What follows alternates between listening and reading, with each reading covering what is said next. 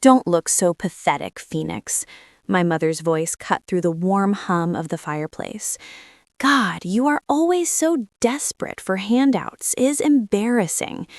We were sitting in the dining room of my family's winter lodge in Aspen. Crystal glasses sparkled under the chandelier, and the smell of expensive pine filled the air. My grandfather, Winston, had just handed out 3 envelopes. Inside mine was a check for $20,000. Before I could even process the number, my mother, Gwendolyn, snatched it from my hand. She laughed, a sharp, brittle sound that made my stomach twist. "Oh, Dad, stop it," she said, waving the check like it was a piece of trash. "You know these are from your old closed account. Don't get their hopes up." My brother Preston didn't hesitate. He wadded his check into a ball and tossed it into the roaring fire. "Good one, Grandpa," he sneered, always with the jokes. My sister Vivian giggled and did the same. I froze. I looked at Winston. He was shaking, looking frail in his oversized armchair. But then, for a split second, I saw it, a tiny, almost imperceptible wink. I didn't say a word. I took the check back from the table where my mother had discarded it, folded it carefully, and slipped it into my pocket. My face was blank, but my heart was hammering against my ribs. Drop a comment and tell me, have you ever been the only one in the room who knew the truth but had to stay silent to survive? I want to hear your story. I didn't sleep that night. I laid the check on my nightstand and stared at it until the sun came up over the mountains, painting the snow outside a bruised purple. At 9 in the morning, sharp, I walked into the local bank branch. I didn't wait in line. I walked straight to the teller, a woman named Dolores, who looked like she'd seen everything, and slid the paper across the marble counter. "I need to verify this," I said. My voice was steady, but my hands were cold.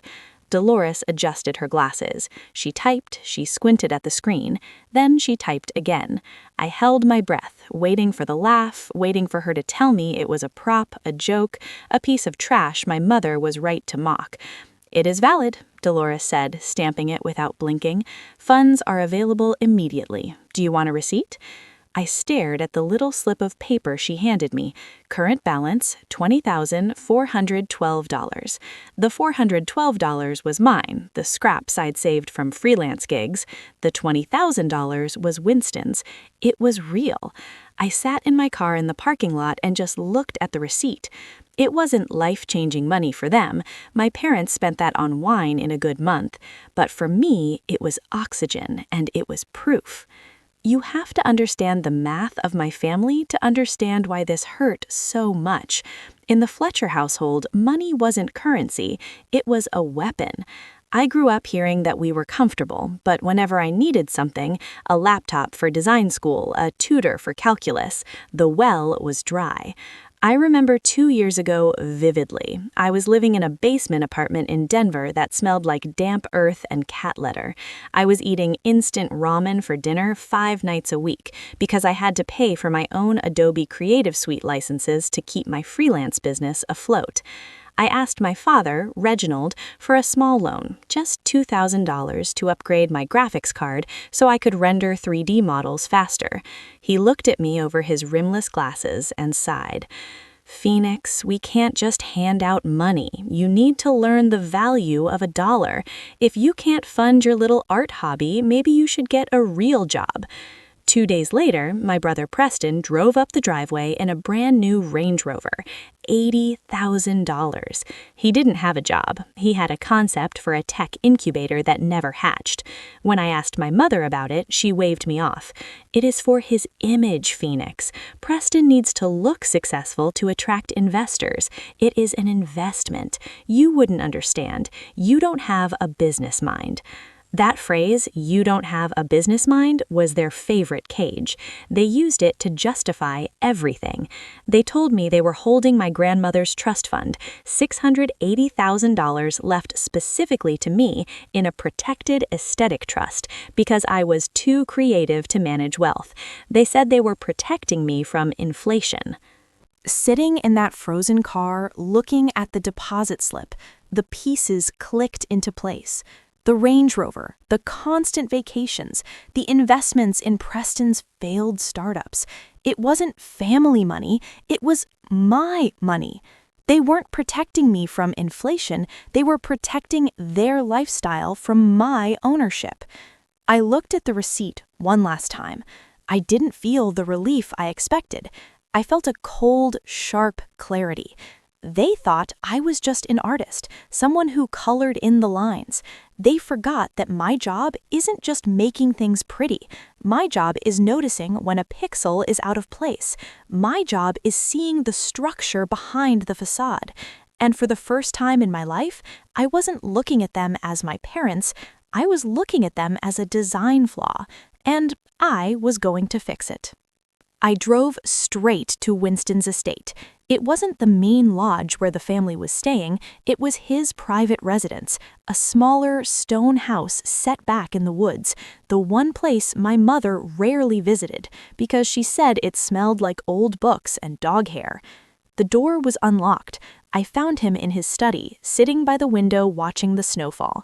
He didn't look frail now, he looked like a man who had been waiting. "You went to the bank," he said. He didn't turn around. "It cleared," I replied, standing in the doorway. $20,000. "Why?"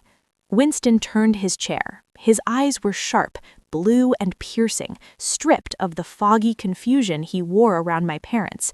"You needed to know if anyone in this family still had a spine.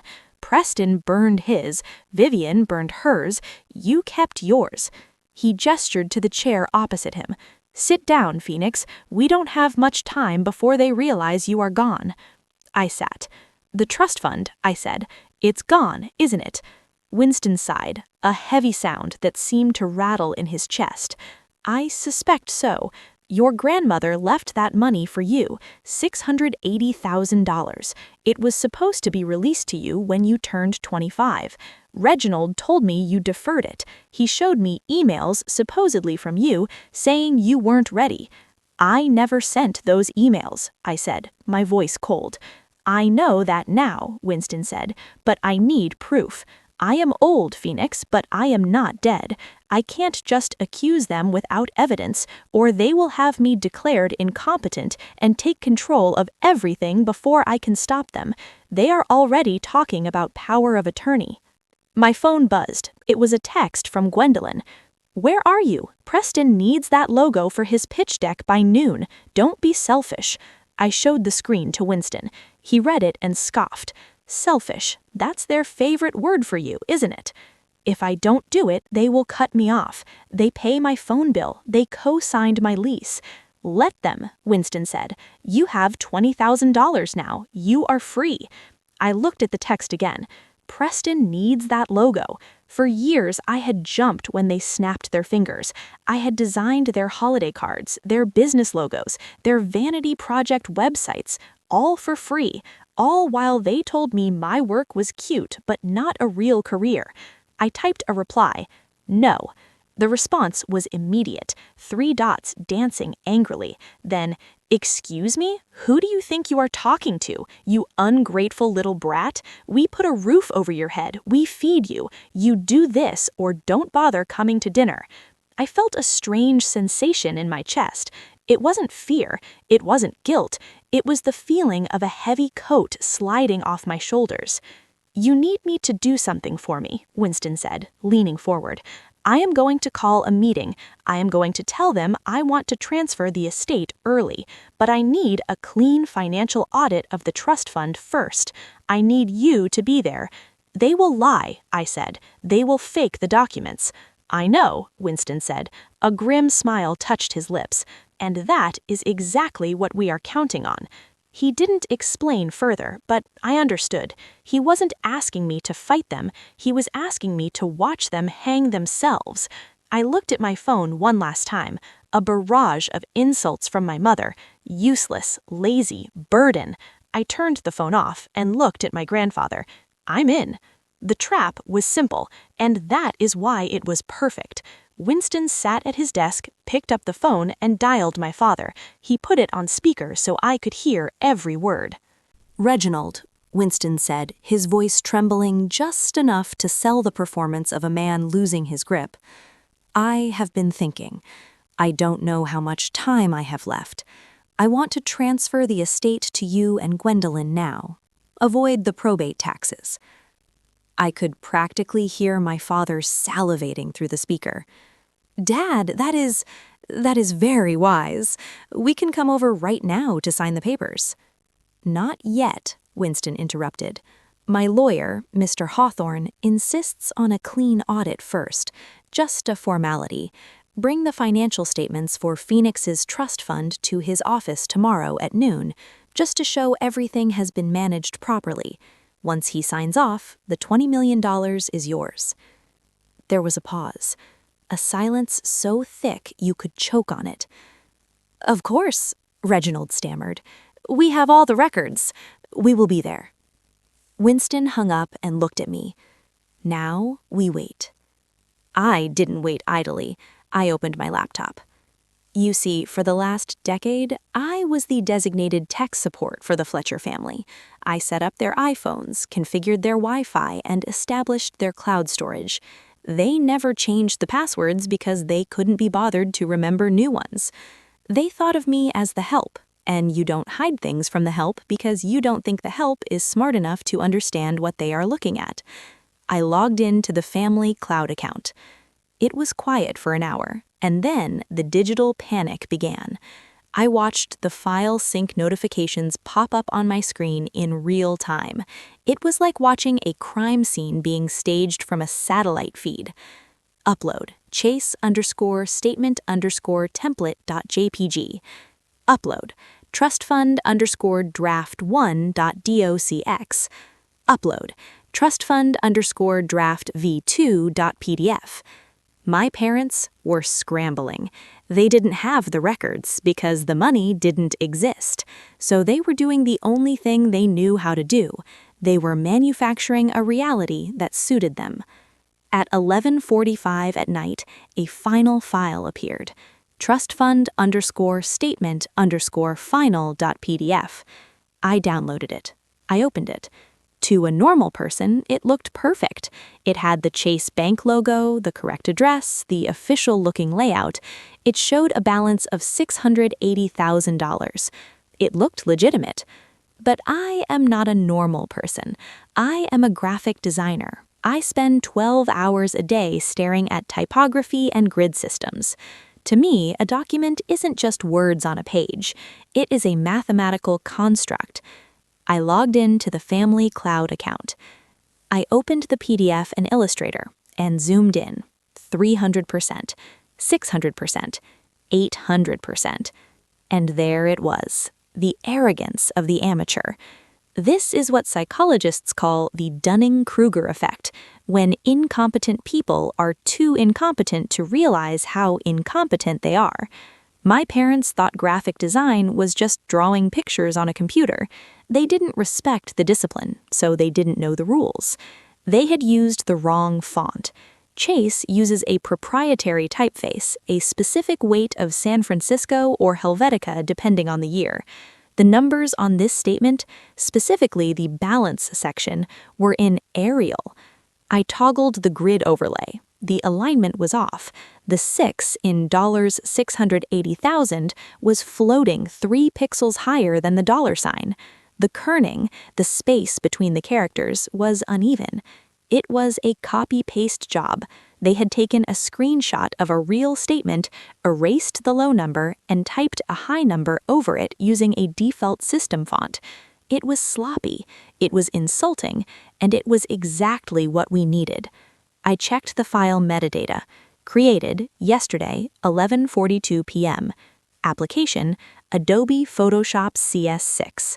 Author, Reginald's MacBook Pro.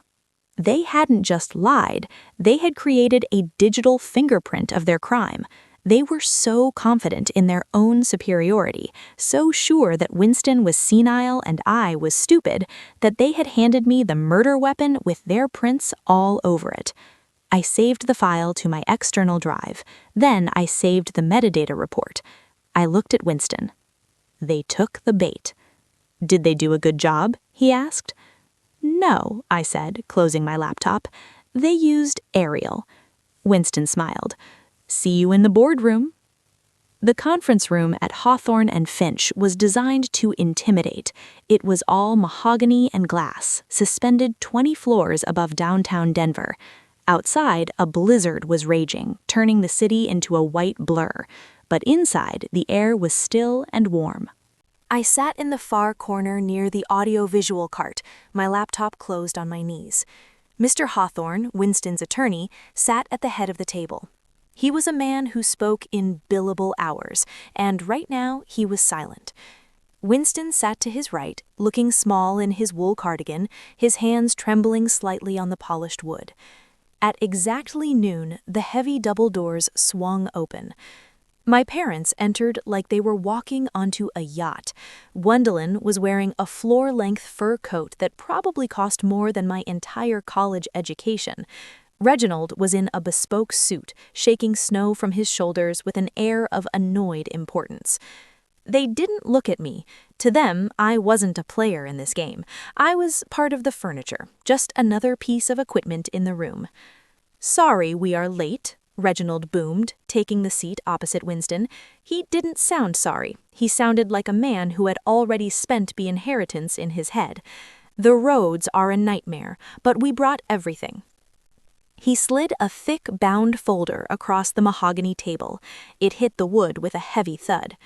The full accounting, Reginald said, flashing a shark-like smile. You will be pleased, Dad. The trust fund has actually grown. It is sitting at just over $700,000. We have managed it conservatively, of course, to protect Phoenix's future. Winston didn't touch the folder. He adjusted his glasses, hands trembling just enough to sell the act.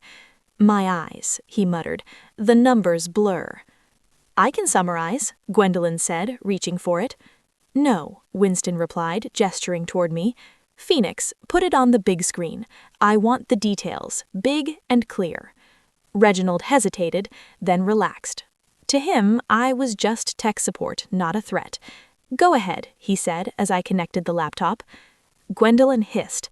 Don't break anything. Try not to embarrass us. Don't worry, I said evenly. I'm good with visuals. The document filled the 80-inch screen, $680,000. Clean, convincing. Everything's in order, Reginald said. Winston leaned forward. It looks impressive. I let the silence breathe. Then I spoke. You always said design was just drawing. Let me show you what it actually is. I zoomed in. The balance exploded across the wall. This 6 floats 3 pixels above the baseline, I said. That's a drag-and-drop error. A red grid appeared, then blue outlines. Arial regular, default word font, Photoshop CS6, no font library. I overlaid green text, and this is San Francisco, the font Chase actually uses. Different kerning, different curves. Yours is wrong. The room froze. You didn't get this from a bank, I said. You built it, badly. You're lying, Gwendolyn shouted. Let's ask the file, I said. The metadata appeared. Created, last night. Application, Adobe Photoshop CS6. Author, Reginald's MacBook Pro. My father went gray. You forged a financial document, I said. That's fraud. Gwendolyn screamed and reached for her phone. Call them, Winston said calmly. He sat upright now, steady. I asked Phoenix to audit the account because I knew you stole the money. I just needed proof. We borrowed it for Preston, Reginald whispered. Mr. Hawthorne opened his binder. A non-contest clause, he read.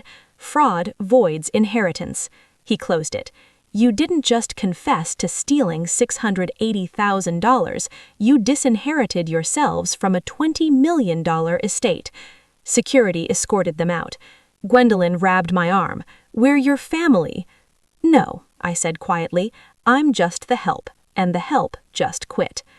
Later, Winston put a hand on my shoulder. You're grieving, he said. Clarity is expensive. It costs you your illusions. He was right. 6 months later, the lodge was sold. The money was repaid. I started my own firm specializing in forensic document analysis. Winston and I spent Christmas in Hawaii. My mother called last week.